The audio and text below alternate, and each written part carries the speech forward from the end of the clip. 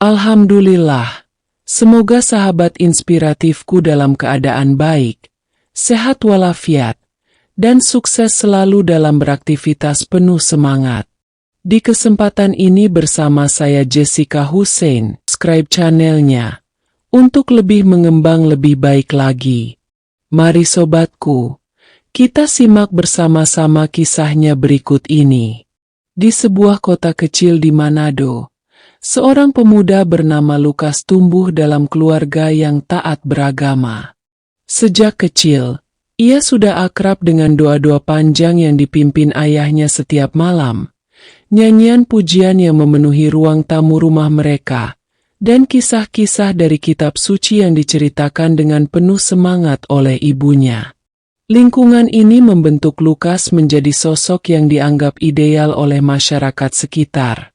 Tulus, cerdas, dan memiliki hati melayani. Ketika menginjak usia 20 tahun, Lukas memutuskan untuk menempuh pendidikan teologi di sebuah sekolah Alkitab di Jakarta. Keputusan ini didorong oleh harapan keluarganya agar ia menjadi pelita di tengah dunia yang gelap. Dengan semangat, ia meninggalkan kampung halaman, membawa mimpi besar untuk melayani Tuhan dan membawa perubahan positif bagi banyak orang. Selama masa studinya, Lukas menunjukkan bakat luar biasa dalam menyampaikan khotbah. Kata-katanya mengalir seperti air, menenangkan dan menguatkan hati yang mendengarnya. Ia menjadi kebanggaan teman-teman seangkatannya, bahkan dosen-dosennya. Namun, di balik semua itu, ada keraguan kecil yang mulai tumbuh di hati Lukas. Keraguan tentang kebenaran mutlak yang selama ini ia yakini. Setelah lulus dengan predikat terbaik, Lukas ditawari untuk memimpin sebuah gereja besar di Jakarta. Dengan jemaat ribuan, gereja ini menawarkan kehidupan yang serba nyaman, rumah mewah, mobil pribadi, dan gaji yang lebih dari cukup. Pada awalnya, Lukas merasa bahwa ini adalah berkat Tuhan yang luar biasa. Ia berjanji pada dirinya sendiri bahwa ia akan menggunakan semua itu untuk melayani dengan lebih baik. Namun, kenyataan tidak seindah mimpi-mimpinya. Di balik dinding megah gereja, Lukas mulai melihat sisi gelap dari dunia yang ia masuki. Ia menyaksikan bagaimana para pemimpin gereja lebih sibuk membahas strategi marketing daripada mendalami nilai-nilai spiritual. Ia mendengar bisik-bisik tentang bagaimana perpuluhan dari jemaat seringkali digunakan untuk keperluan pribadi. Lebih dari itu, Lukas mulai merasakan bahwa ia sendiri mulai terjebak dalam lingkaran kemewahan yang sama.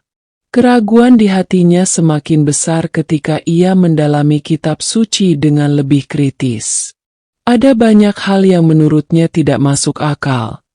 Kontradiksi yang tidak bisa ia jelaskan bahkan kepada dirinya sendiri.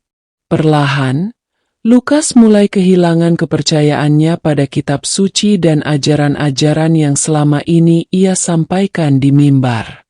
Namun, meninggalkan pekerjaannya sebagai pendeta bukanlah pilihan yang mudah. Gaji besar yang ia terima adalah satu-satunya sumber penghidupan bagi keluarganya di Manado. Ia takut mengecewakan orang tua dan jemaat yang begitu menghormatinya. Maka, Lukas memilih untuk bertahan, berpura-pura percaya demi menjaga citra dan kehidupan duniawinya. Hari-hari berlalu, dan topeng yang dikenakan Lukas semakin terasa berat. Ia mulai merasa kosong dan hampa. Setiap kali berdiri di depan mimbar, menyampaikan khotbah tentang iman dan pengharapan, Lukas merasa seperti seorang aktor di panggung teater. Dalam hati, ia sering bertanya pada dirinya sendiri, apa arti semua ini jika aku sendiri tidak lagi percaya? Di tengah kebimbangannya, Lukas mencoba mencari solusi dengan cara-cara duniawi. Ia semakin sering menghabiskan waktu di pesta-pesta mewah, mencoba melupakan kegelisahan hatinya melalui kemewahan dan hiburan. Namun, semakin ia tenggelam dalam gaya hidup tersebut, semakin dalam pula perasaan frustrasi yang menghantuinya. Hingga suatu malam, ketika hujan deras mengguyur Jakarta, Lukas duduk sendirian di ruang kerjanya. Tumpukan uang perpuluhan tergeletak di atas meja, sementara di tangannya terdapat segelas anggur mahal. Matanya kosong, pikirannya kacau. Dalam hati, ia merasa seperti orang asing dalam hidupnya sendiri. Apakah ini yang disebut hidup? Gumamnya lirih. Lukas tahu bahwa ia berada di persimpangan jalan. Ia harus memilih, tetap menjalani hidup dalam kepalsuan atau mencari kebenaran yang sesungguhnya, meskipun itu berarti kehilangan segalanya. Namun, keberanian untuk membuat keputusan itu masih terlalu jauh dari genggamannya. Ia hanya bisa duduk dalam diam, merasakan beban yang semakin menekan hatinya. Hari demi hari, pergulatan batin Lukas semakin berat. Ia mencoba mencari jawaban di tempat lain, membaca buku-buku filsafat, menonton ceramah dari berbagai tokoh lintas agama, bahkan berkonsultasi dengan psikolog. Namun, semakin banyak ia mencari, semakin besar kehampaan yang ia rasakan. Ia mulai merasa bahwa kebenaran yang ia dambakan hanyalah ilusi. Dalam kesendiriannya, Lukas mulai merasakan tekanan yang tak tertahankan. Ia kehilangan tidur, kehilangan selera makan, dan semakin sering bergantung pada alkohol untuk mengusir kecemasannya. Wajahnya yang dulu cerah kini tampak kusam, penuh dengan bayangan gelap yang terus menghantuinya. Jemaatnya mulai memperhatikan perubahan itu, tetapi Lukas selalu berhasil menutupi kondisinya dengan senyum palsu dan khotbah yang penuh semangat. Namun, di balik semua itu, Lukas sudah berada di ambang kehancuran. Pada suatu malam yang dingin, Lukas menerima undangan makan malam dari salah satu jemaat kaya yang juga merupakan donatur besar gereja. Acara itu berlangsung di sebuah restoran mewah di Jakarta, dipenuhi dengan tamu-tamu berpakaian elegan yang saling memamerkan kekayaan mereka. Di tengah keramaian, Lukas merasa seperti sosok asing, seorang pria yang kehilangan arah di tengah hiruk-pikuk dunia yang penuh kemewahan. Ketika malam semakin larut, Lukas memutuskan untuk pulang lebih awal. Dalam perjalanan kembali ke rumah, pikirannya dipenuhi dengan pertanyaan-pertanyaan yang tak terjawab. Apa tujuan hidup ini? Apakah semuanya hanya tentang uang, status, dan kepalsuan? Di mana kebenaran yang sejati? Setibanya di rumah, Lukas masuk ke ruang kerjanya dan duduk di depan meja. Ia menatap salib besar yang tergantung di dinding, simbol yang dulu memberinya kekuatan tetapi kini hanya tampak seperti benda mati tanpa arti. Di meja itu, tumpukan uang perpuluhan dari jemaat masih tergeletak, mengingatkannya pada beban moral yang tak mampu lagi ia pikul. Malam itu, Lukas menulis sebuah surat. Dengan tangan gemetar, ia menuangkan semua isi hatinya, tentang keraguan yang telah lama ia pendam, tentang kehampaan yang ia rasakan, dan tentang rasa bersalah yang menghantuinya karena telah hidup dalam kepalsuan. Surat itu ditujukan kepada keluarganya dan jemaat gereja, sebagai pengakuan terakhir dari seorang pendeta yang gagal menemukan jalan kebenaran. Setelah selesai menulis, Lukas meletakkan surat itu di atas meja. Ia menyalakan sebatang lilin dan menatap nyalanya yang kecil namun penuh arti. Dalam hati, ia berharap nyala lilin itu bisa memberikan ketenangan di saat-saat terakhirnya. Terjawab. Setelah berbulan-bulan merenung dan mendalami berbagai ajaran spiritual, Lukas akhirnya menemukan apa yang selama ini ia cari. Dalam pencariannya, ia mulai membaca lebih banyak tentang ajaran-ajaran lain di luar agama Kristen, termasuk ajaran Islam. Ia merasa ada kedamaian dan kejelasan dalam pesan-pesan yang terkandung dalam Al-Quran. Versi Tuhan Yang Maha Esa dalam Islam, keesaan Tuhan, dan konsep ketundukan mutlak padanya sebagai pemilik seluruh alam semesta, begitu mempengaruhi Lukas. Lukas merasa ada kebenaran hakiki dalam ajaran Islam yang menyentuh hatinya secara mendalam. Ia melihat adanya keselarasan antara pencariannya dan apa yang dia temukan dalam kitab suci Islam. Al-Quran, dengan segala keindahannya, menjadi sumber inspirasi dan kedamaian yang tidak ia temukan dalam keyakinannya sebelumnya. Setelah membaca dan merenung, Lukas mengambil keputusan besar. Ia memutuskan untuk mengakui Islam sebagai kebenaran yang hakiki, sebagai jalan yang paling dekat dengan Sang Pencipta. Hari itu, ketika ia mengungkapkan keputusannya kepada seluruh jemaat, suasana gereja yang penuh sesak dengan jemaat yang setia berubah menjadi sunyi. Lukas berdiri di mimbar, melihat jemaat yang tercengang, dan berkata dengan suara tenang namun penuh keyakinan, "Saudaraku, setelah bertahun-tahun mencari dan meragukan, saya telah menemukan apa yang selama ini saya cari. Saya menyadari bahwa kebenaran sejati tidak ditemukan dalam kepalsuan atau kemewahan duniawi. Kebenaran itu ada dalam penyerahan diri sepenuhnya kepada Tuhan, Sang Pencipta, tanpa sekat-sekat yang dibuat oleh manusia.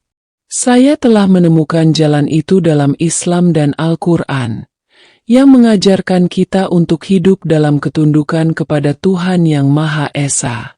Saya memeluk Islam, dan saya mengajak kalian untuk mencari kebenaran yang hakiki bersama saya."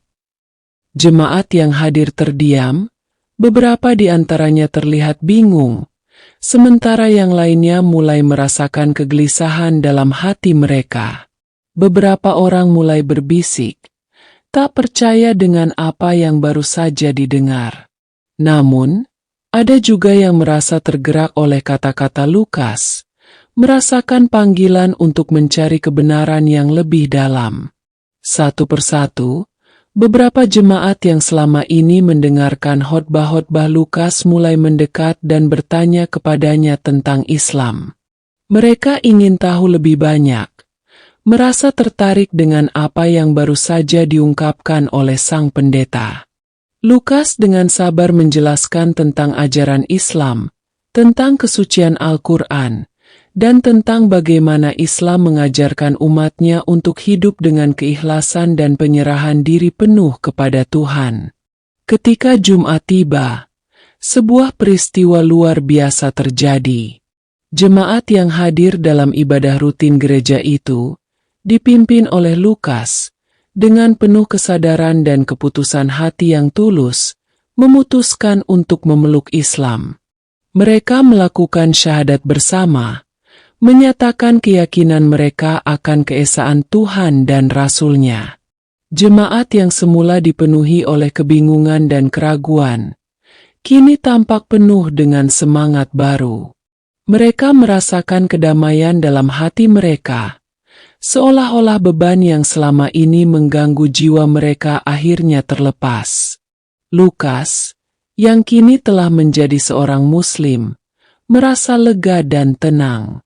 Ia menyadari bahwa keputusan besar ini adalah keputusan yang benar, meski harus berpisah dengan banyak hal yang dulu ia anggap penting dalam hidup. Lukas dan para jemaatnya mulai menjalani hidup baru sebagai seorang Muslim. Mereka belajar membaca Al-Quran, mempelajari syariat Islam, dan menjalani ibadah dengan penuh keikhlasan. Meski mereka menghadapi tantangan dan cibiran dari sebagian orang di luar mereka, hati mereka tetap teguh dalam iman baru yang mereka pilih. Di sisi lain, Perubahan ini juga mempengaruhi banyak orang yang sebelumnya menganggap Lukas sebagai tokoh yang tak tergoyahkan. Kabar tentang peralihan Lukas dan jemaatnya ke dalam Islam menyebar luas, dan banyak orang terkejut. Namun tak sedikit juga yang merasa terinspirasi untuk mencari kebenaran yang lebih dalam. Beberapa orang mulai mencari tahu lebih banyak tentang ajaran Islam, dan perlahan-lahan, kesadaran tentang pentingnya pencarian spiritual yang tulus mulai menguat di kalangan masyarakat. Bagi keluarga Lukas, terutama orang tuanya, perubahan ini merupakan ujian besar. Namun, seiring waktu, mereka mulai memahami bahwa keputusan anak mereka untuk memeluk Islam adalah langkah pribadi yang datang dari pencarian spiritual yang mendalam. Mereka menghormati pilihan Lukas dan memilih untuk tetap mendukungnya, meskipun sulit untuk menerima pada awalnya. Lukas, dengan segala rasa sayang dan hormat, tetap menjaga hubungan baik dengan keluarganya, dan perlahan-lahan mereka belajar menerima perbedaan tersebut. Gerakan Cahaya Lukas, yang dulu berfokus pada pencarian kebenaran, kini menjadi sebuah gerakan yang mengajarkan tentang keterbukaan hati dan pentingnya mendekatkan diri kepada Tuhan, tanpa membatasi diri pada satu agama atau keyakinan. Lukas dan para jemaat yang kini memeluk Islam terus berbagi pengalaman mereka, mengajak orang lain untuk mencari kebenaran yang hakiki, dan mengajarkan nilai-nilai universal yang ada dalam setiap agama. Kisah Lukas berakhir tidak seperti yang banyak orang bayangkan. Ia bukan hanya seorang pendeta yang kehilangan arah, tetapi seorang manusia yang berani mencari kebenaran sejati tanpa takut mengubah hidupnya. Keputusan Lukas untuk memeluk Islam menjadi simbol pencarian spiritual yang tulus, yang membawa banyak orang untuk merenungkan kembali arti hidup mereka dan mengejar kebenaran dengan hati yang bersih dan ikhlas. Kebenaran sejati, yang ditemukan dalam penyerahan diri total kepada Sang Pencipta, adalah jalan yang dapat ditempuh oleh siapa saja yang mau mencari tanpa takut terjatuh dalam kebohongan duniawi. Seperti yang pernah ditulis Lukas dalam surat terakhirnya, kebenaran tidak ditemukan dalam kepalsuan duniawi, tetapi dalam hati yang tulus mencari Sang Pencipta. Hanya mereka yang berani menerima perubahan yang dapat menemukan kedamaian hakiki. Sahabat inspiratifku yang berbahagia, demikian penyajian kisah ini saya sajikan. Semoga bermanfaat dan menginspiratif kehidupan kita, untuk senantiasa berada di jalan kebenaran, yang penuh kebaikan dalam naungan cahaya petunjuk Sang Maha Pencipta, Allah Subhanahu wa Ta'ala. Atas perhatian dan dukungan subscribe-nya, saya ucapkan terima kasih, semoga menjadi nilai kebaikan. Saya Jessica Hussein mohon pamit undur diri. Sampai berjumpa kembali di video selanjutnya. Dan saya sudahi dengan ucapan wassalamualaikum warahmatullahi wabarakatuh.